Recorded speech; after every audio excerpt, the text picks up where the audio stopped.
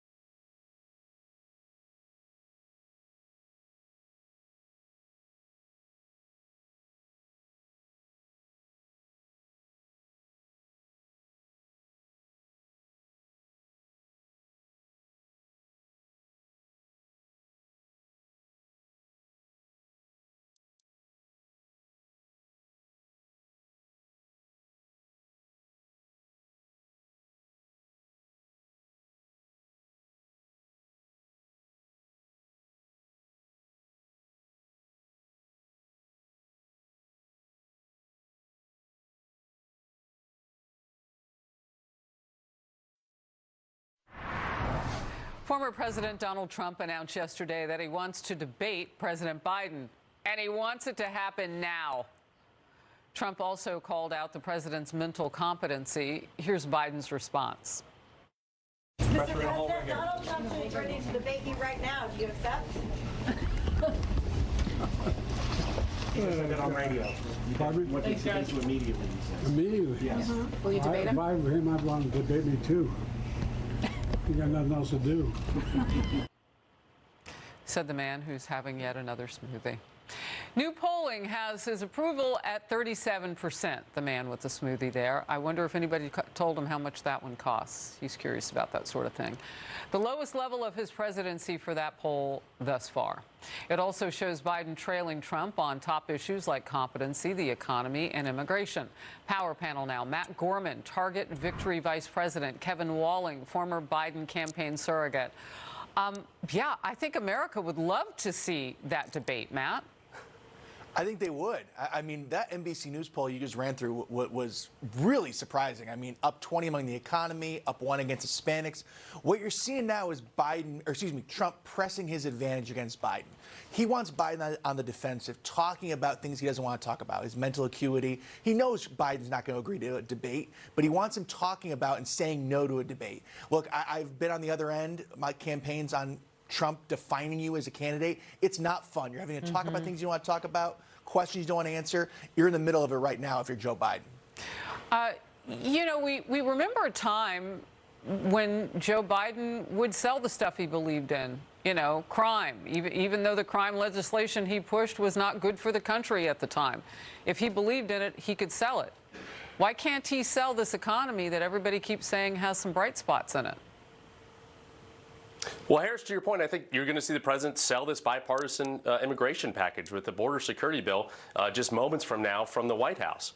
So I think, as you've seen, the president was out in Wisconsin, Michigan, talking about the economy, having more meetings with small business leaders across the country. You're going to see that message hopefully start to break through. And we're seeing, Harris, to your point, indications with consumer confidence up just last month, the largest increase that we've seen in 20 years of that study. So I think as the economy continues to improve, as we continue to see wages outpace inflation, you're going to start to see the American people kind of come out of this post-COVID economic situation and hopefully start to give the Biden administration the credit it deserves for steering this economy. Our friends over on the Fox Business Network, particularly Charles Payne, will tell you that the economy is not Wall Street, and Wall Street is doing better. And the reason why people also aren't pulling up in the polling for Joe Biden is because they still are dealing with very high prices.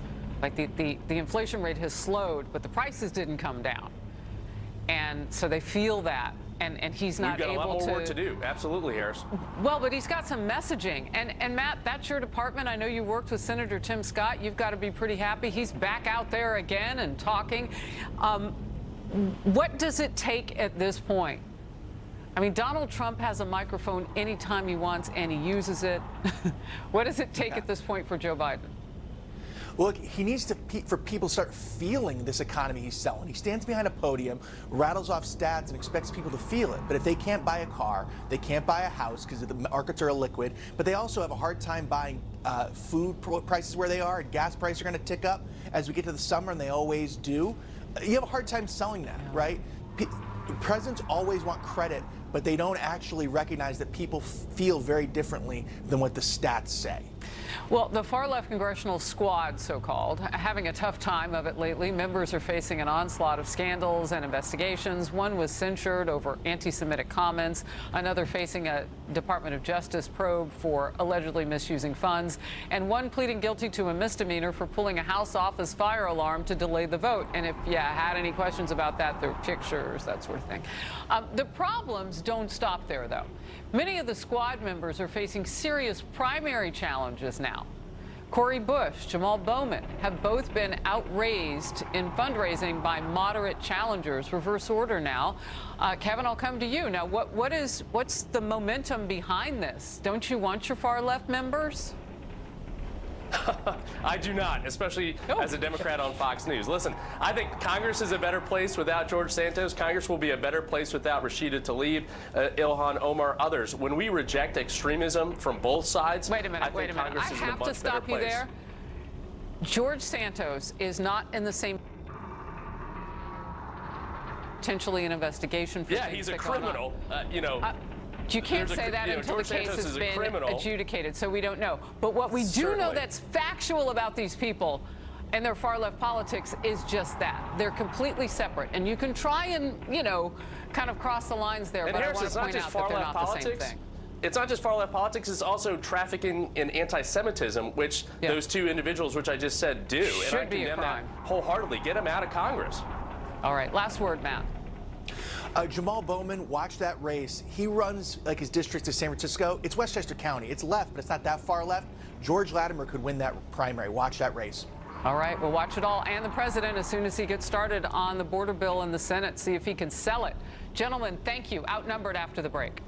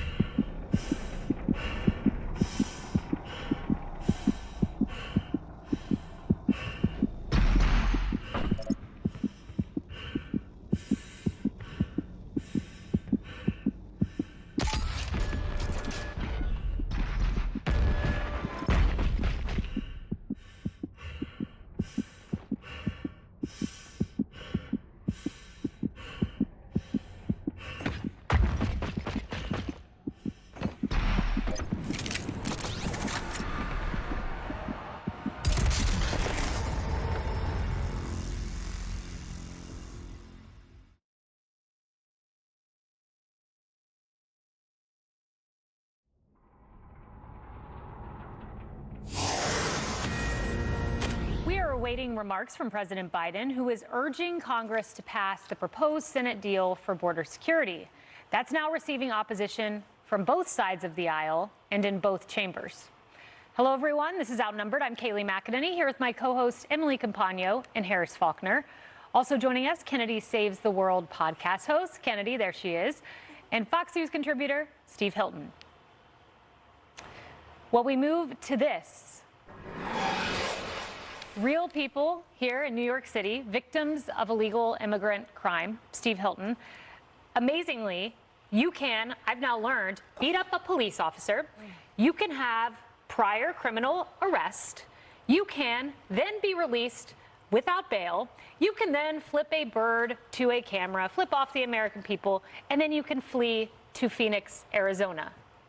It is it's so infuriating on so many levels, an absolutely massive insult to the American people from, I want to say our system, but it's not our system. It is the system that we all trusted for the longest time that has been completely destroyed by far-left extremist Democrats. That's who's causing this. And it's the two parts of it coming together in these stories.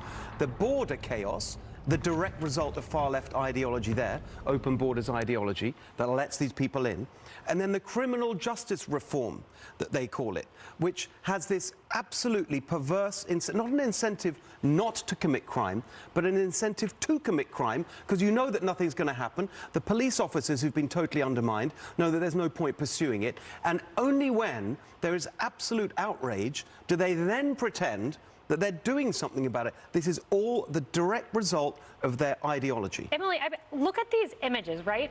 Okay, so this guy's flipping the camera off. He's flipping a bird to the American people. And you've got lawless District Attorney Alvin Bragg. I could not believe this. A justice here in New York dismissed a case that he had, bringing 2 felony charges against people who faked COVID vaccine cards. Priorities? Wow. I mean, it would be laughable if it wasn't so horrifying, if it wasn't so tragic that we were watching on film New York's finest being beaten and then essentially off with zero accountability. We'll see, however, if given the arrest in Phoenix, something actually comes of it. And listen to what DA Bragg's explanation was. Right? He said at the time, so we know that the charges by themselves are clearly bail eligible, but he said, well, we couldn't prove that the defendants were the guys on the tape when it came time to request bail. But so was the officer's testimony not enough?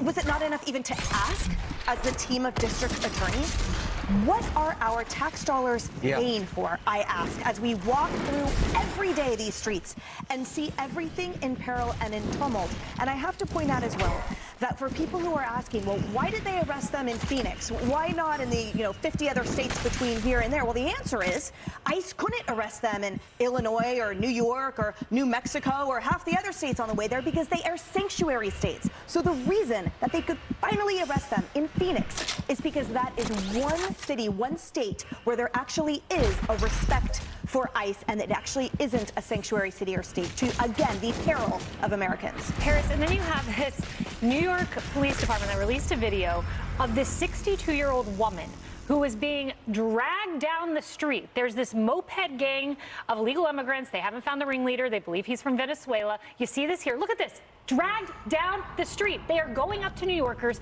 taking cell phones out of their hands.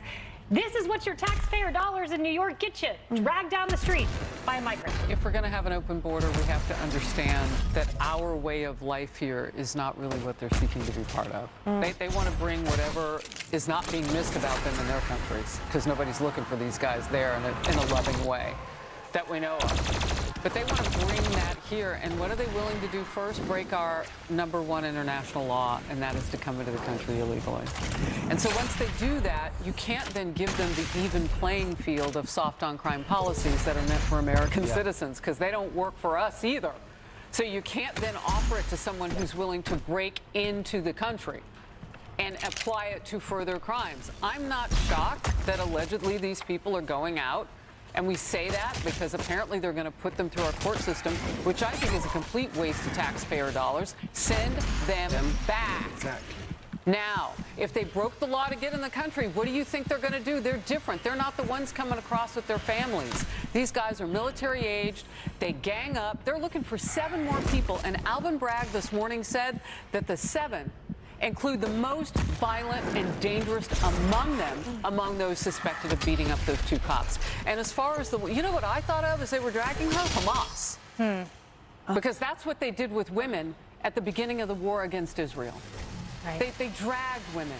They brutalized women. She was 62 years old. She wasn't going to be able to fight back, being dragged away. Now they say they want the cell phones and other objects and all of that. Yeah, but it's a personal crime because they lay hands on you. Anything can happen. Yeah, no, that's exactly right. And we get to the point of responsibility here, right? We can blame Alvin Bragg. He deserves a share of the blame. Eric Adams, the mayor. But it's Joe Biden. It's the president. It is Alejandro Mayorkas who will likely get impeached today. And he sent this 38-page message to Congress. And Kennedy, I laughed out loud. He says that this impeachment lacks any basis in the Constitution. Last time I checked, the Constitution says the executive shall enforce the laws of Congress, which include immigration laws. That's the Constitution. But the amazing part of it is the last subsection. He writes, the committee's process was unfair to Mayorkas. No, your lawlessness is unfair to those police officers. Your lawlessness is unfair to the children, illegal immigrant children who have been human trafficked, sexually exploited at our border. I don't want to hear about unfairness to Mayorkas. No, that's actually a system that is working. And when you look at immigration and when you look at border protection, those are systems that are broken. And, you know, one thing that they cannot do, they cannot describe what asylum is and who should gain asylum, because a vast majority of the people who are coming into this country, and especially those illegally, they don't qualify for asylum. And Mayorkas is lying. He's lying to himself. He's lying to Americans. He's throwing his own border agents under the bus and the miscarriage of his job. And yes, if we did that in our job, we would be terminated. And that is the process for terminating someone who is failing the country and actually making our country much more dangerous. And, you know, it's like, I want people to come here. I want the best people from around the world to come here and make this country a better place. I want them to fight for a good life. I don't want them to beat people up. Those are the 2 axioms of liberty. Don't hurt people. Don't take their stuff. When you violate those, you should not enjoy the comforts that America has to offer, because we see the good in people that should not be taken advantage of. And, you know, I'm sorry, but the laws are upside down, our morals are upside down, and someone has to do something to get it back. The president doesn't have a spine, so he's not going to do it. The president, I anticipate in a few moments, he'll blame Republicans for the border, which is just laughable because you pulled back all of Trump's policies. But look, the thing, I mean, you're so right. And I find, as I speak to, I'm in California, you speak to the people who are most infuriated by this are legal immigrants, because it besmirches every legal immigrant who comes here and does the right thing and waits often for years and years. And then you see this happening. And then the other point about it that I just find so infuriating is these Democrats have the nerve, when they talk about immigration and why it's so important to have these policies, talk about compassion, right? This is about compassion. What is compassionate about those scenes that we've seen? Yeah, I'm tired of hearing about the left as the party of compassion. It's clearly not the case. They've lost that label a long time ago. Well, we are awaiting remarks from President Biden on the Senate's proposed border security deal. We will bring that to you live when it happens. Plus, former President Donald Trump is challenging President Biden to a debate, not tomorrow, not in October. Now, we have Biden's response.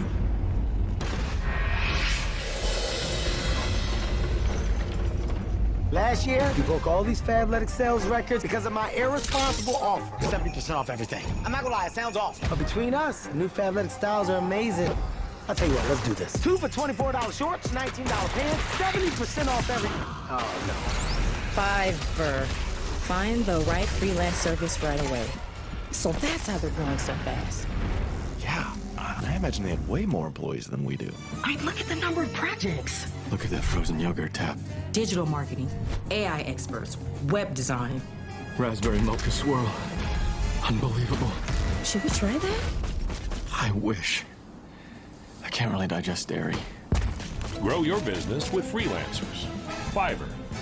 This is how AG1 works to make healthy habits simple.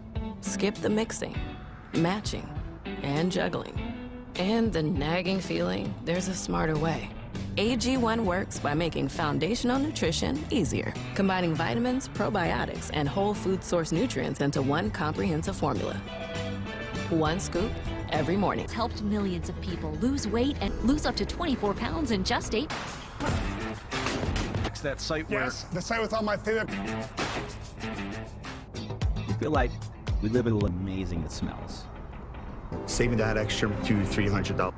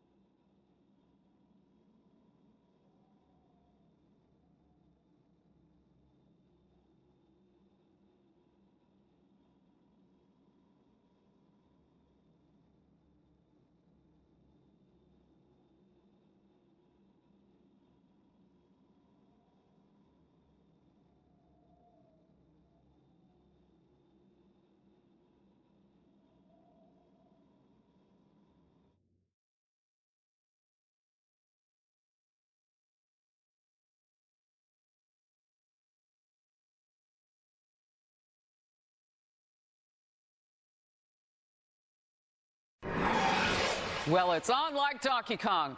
Former President Donald Trump is now challenging President Biden to a rematch on the debate stage.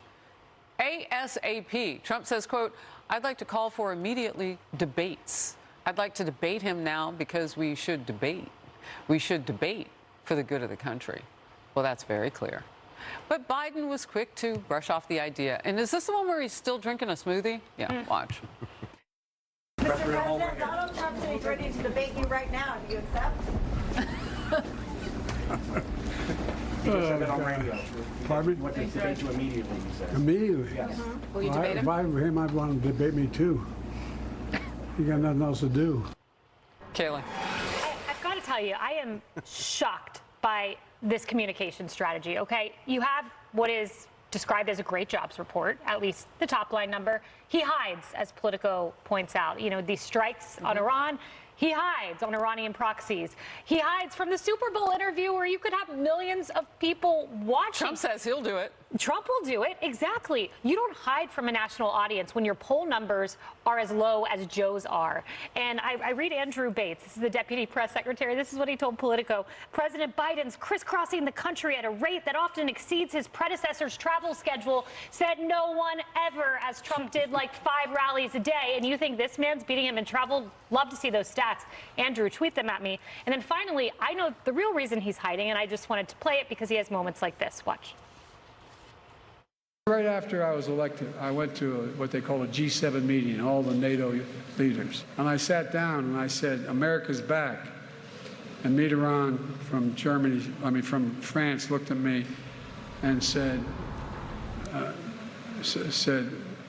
you know, why, how long are you back for? Relic. So he recently met with Mitterrand, except this is an image of Mitterrand's funeral in 1996, Yeah. so that never happened.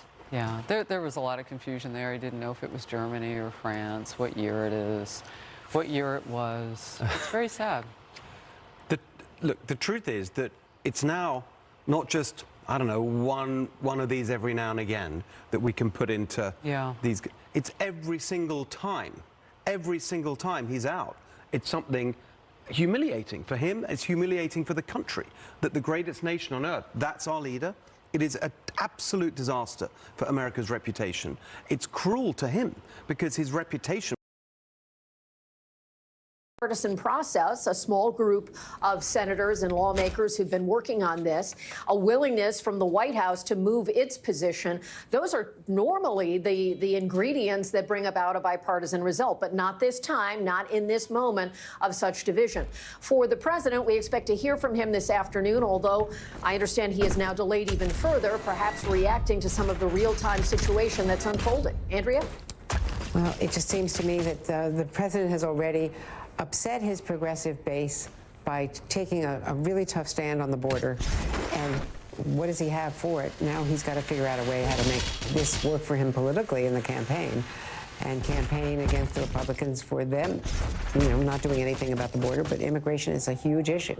And clearly Donald Trump has the last laugh here for now.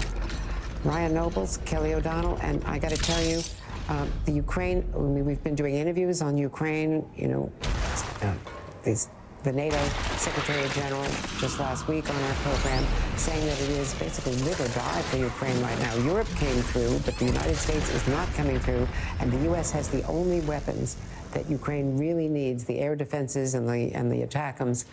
They're only made in the United States, and these are the weapons that they need against Vladimir Putin. More on that coming up. Joining us now is Democratic Senator Michael Bennet, a member of the Intelligence Committee. Senator, I think I was just going through the arguments that are made by all of the foreign policy people, bipartisan foreign policy people. I mean, Lindsey Graham would tell you that. What do you do for Ukraine? We have to fund Ukraine. We cannot fail. It's not an option. The Ukrainian people have done more with their bravery over the last 2 years than anybody could have imagined. They took back half the territory that Putin took from them. They were able to, without even a navy of their own, they were able to push Putin's navy out of the Black Sea, allow food to travel around the world. And their fight has not been a fight just for Ukraine. It's literally been a fight for democracy. It's been a fight for NATO. It's been a fight for U.S.'s national security. They have been engaged in, I would say, the most successful proxy war in history. And for the United States to turn our back on them now would be catastrophic for our national security and catastrophic for people all over this planet that hope to live in free societies. It just strikes me that the switch from Mitch McConnell, I mean, from inside the Republican Senate, hard to fathom what could have happened in the last 24 hours other than Donald Trump exerting his pressure and a new Speaker of the House who yielded to that, leading the way. For the Senate to defer to the House is so unusual on a foreign policy issue of this magnitude. Well, it's staggering. I mean, I do believe that Mitch McConnell wants to fund Ukraine, but we'll see whether that's true or not. I think that anybody who looks at this and says, oh, this was just the Senate Republicans capitulating to the House is missing the real point, which is what you're talking about, Andrea, which is this is Donald Trump exerting his thumb, putting it on top of people that had negotiated a bipartisan deal that, as you pointed out, was a tough deal. I would say a deal that is needed because the border of the United States is overrun. We're seeing the effects of that in Denver. We're seeing the effects of that in Colorado. But the Republican Party, who are consumed in the House with impeaching Mayorkas without any evidence of any kind that of an impeachable offense, in my view, have now impeached themselves again on the issue of immigration. It would be laughable if it weren't so catastrophic for our country. I was part of the Gang of Eight in 2013 that wrote the last immigration bill that passed the Senate with 68 votes. It was vetoed by the Freedom Caucus on the floor of the House. John Boehner then said the worst mistake he ever made as Speaker of the House was not putting that bill on the floor for vote, because the fortunes of this country would have changed. I don't think we would have ever had Donald Trump as our president if we had passed that bill in 2013. And here they are under the thumb of Donald Trump, who is expressly saying that he wants to stop this because it's good politics for him, no matter how bad it is for the country. We're going to have to carry this message into November, and I think the American people are going to see, surprisingly, from their point of view, based on what the Republicans have said, that the Democrats have actually stood for fixing our border, and the Republicans have been completely missing in action. Do you think the Republicans were negotiating in bad faith, or is this, not a flip-flop on policy, but more just raw politics? I think that, I don't think James Lankford was negotiating in bad faith. I certainly don't believe that. I do think that the degree to which they are in the back pocket of Donald Trump, they just have proven it again and again and again. I feel nothing but discouraged by that. That doesn't fill me with any sense of joy or satisfaction, because the American people need us to fix the border. The American people need a functional immigration system for our economy to work and for us to be able to compete effectively with Beijing and the rest of the world. The American people need us to lead the world at this critical moment for Western democracy and for Ukraine. And you have a party that is governed by somebody who doesn't care about any of that, who is willing to take his own defense into the U.S. Court of Appeals on a theory of the case that any high school student would have thrown out, because a high school student would know that the founders of this country believed that nobody is above the law, especially an ex-president of the United States. And now we've heard from them. So we got a lot of business to get done here. They'll have to decide. These Republicans are going to have to decide if they're going to abandon the work on immigration. Tomorrow, we're going to have a vote on this. And in the days that are coming ahead, the hours that are coming ahead, we better figure out how to fund Ukraine, because there's going to be hell to pay in this world if we don't. And we should also point out that there was $14 billion for Israel. And John Kirby just held an on-the-record briefing with reporters from the NSC saying that 9 ambassadors from the Indo-Pacific region, from the Far East, have written to say how critical this is to deter China from whatever its interests are in going after Taiwan. So this is a terrible signal to Vladimir Putin and to Xi Jinping that the U.S. does not have a Congress that can legislate foreign policy. Senator? It's stunning. I mean, first of all, you're right, both in terms of the money for Taiwan's defense, but also because capitulating to Putin is exactly what Xi Jinping is hoping for. Putin, there is news today, Andrea, that Putin has taken back a city in Ukraine. The Ukrainians, as I said, have fought brilliantly, and they will win, and they will continue to press their advantage if we fund them. But Zelensky has told us if we don't fund them, they will lose. And I'm telling you, Putin does not know that he can win on the battlefield in Ukraine. He has no idea whether he'll be able to win because of what the Ukrainians have been able to do. The battlefield he's counting on winning on is the battlefield here, the dysfunction here.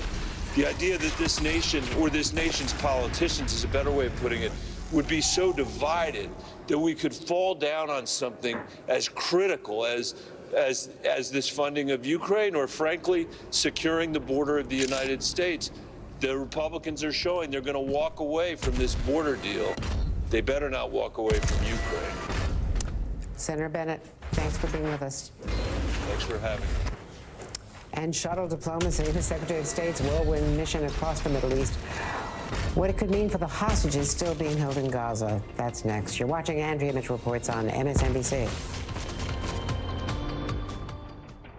When my hair started to thin, I thought, am I going to have any hair left? After I gave birth, my hair wasn't even thinning, it was gone. As I got older, I couldn't grow it past my shoulders. Nutrafol has different formulas for all the different changes so many women go through. Within 3 months, my hair is significantly fuller. It's longer, it's thicker. My friends noticed it. I felt like a completely different person. Try the #1 dermatologist recommended hair growth supplement brand at Nutrafol.com.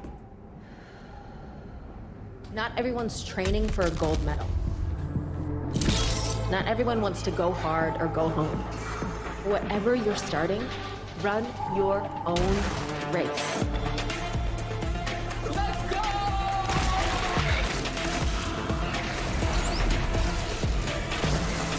Because doing something is everything. Rent the Peloton bike or Bike Plus today at onepeloton.com. Terms apply. I think we need a bigger yard. With our credit? This yard's fine. Go long. Too long. But then I hear I found you. Yeah. Look, Credit Karma can show us how to improve our credit for free.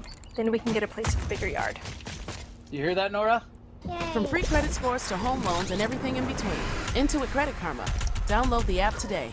My Sleep Number smart bed is so smart, it makes me better than Jamar. What?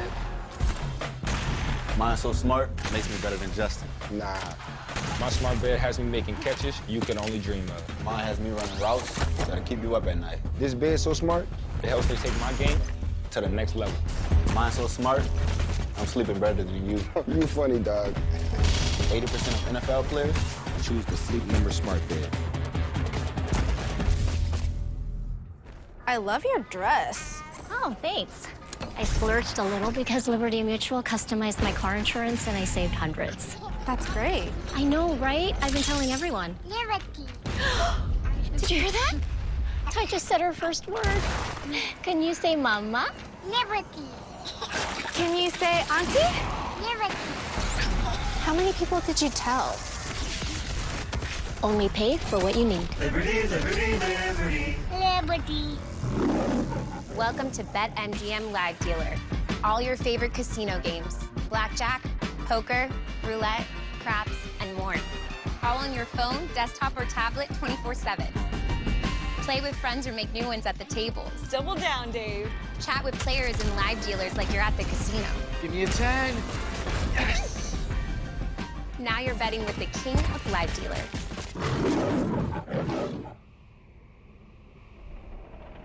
We want to get the newsmakers, the people that are in the middle of what is happening. It's about the conversation. Conversation we begin and that you continue all week long. Don't miss the weekends, Saturday and Sunday mornings at 8 On MSNBC. With itchy eyes. Up to 50% of people with Graves could develop a different condition called thyroid eye disease, which should be treated by a different doctor. See an expert. Find a TED eye specialist at isitted.com. Losing a loved one is hard. Did you check the file cabinet? Yeah, but I didn't find anything. Brian, I know Mom had life insurance. You can help ease this burden for your family with coverage from Physicians Life Insurance Company. Visit physicianslife.com now and see how easy it is to get up to $20,000 of guaranteed life insurance. Money to help your loved one. In seconds, you can check out our prices and see just how affordable this. Get the best of MSNBC all in one place every day, each morning in your inbox with the MSNBC Daily newsletter. Understand today's news. Sign up for MSNBC Daily at MSNBC. It makes it easy to have your photos printed, framed, and shipped to your doorstep. You just choose a photo that you love, you can preview it in over 100 frames, and in a couple of days, you're gonna receive your photo in a beautiful, handmade frame. So if you've got a special photo on your phone, install the free Keepsake app. We would love a chance to frame it for you. And And we have more breaking news. Secretary of State Tony Blinken in Doha at this hour after meeting with Sheikh Mohammed, the Qatari Prime Minister. He's also the Minister of Foreign Affairs. He has just announced that Hamas has responded to Qatar, in his words, positively to the proposed framework agreed to 10 days ago in Paris by the U.S., Egypt, Qatar, and representatives for Israel. This is a framework to have a pause of as long as 6 weeks in the fighting in Gaza, so that some hostages can be released in phases. Joining us now is the NATO Supreme Allied Commander, Admiral James Stavridis, and Colin Clark, Director of Research at the Sufan Group. Colin, first to you.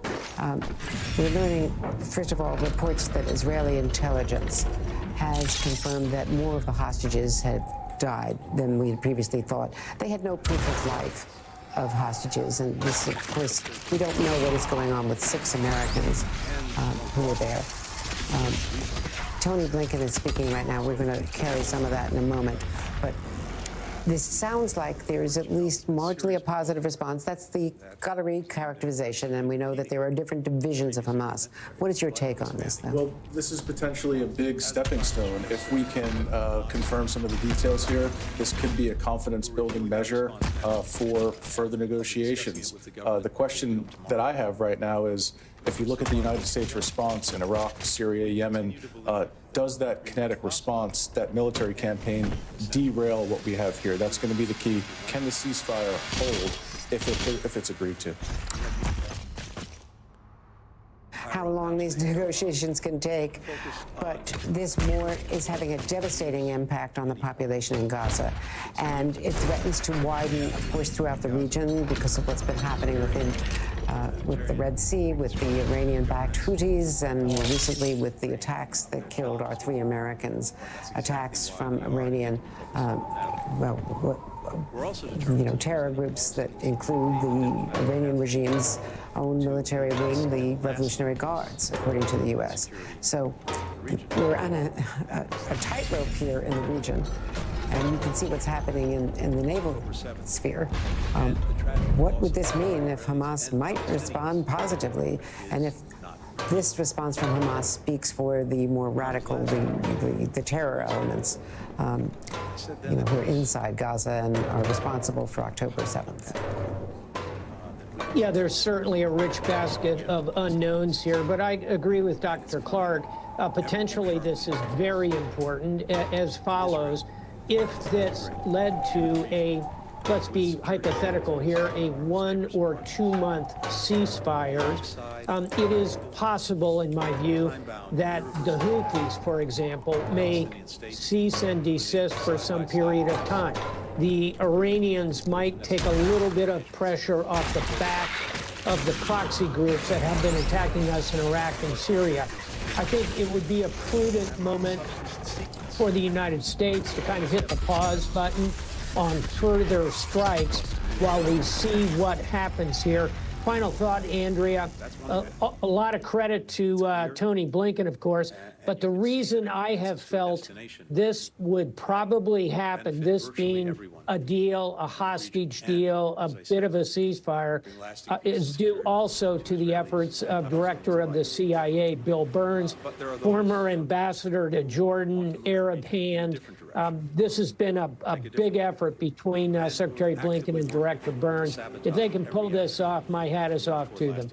No, you're exactly right. Bill Burns has been the negotiator for the U.S. with the intelligence leaders, and in Paris it was the leaders of Mossad, Shin Bet, and the IDF. So reports that it has been rejected by Israel are incorrect. Israel has a coalition government, and they have to. Now, Prime Minister has been speaking to try to hold his more right-wing ministers in place rather than quitting the government over this. But clearly, the heads of Mossad, Shin Bet, and IDF are not speaking in Paris and signing the text in Paris without Colin Clark, without the support of Netanyahu, as divided as his government is. That's a big sticking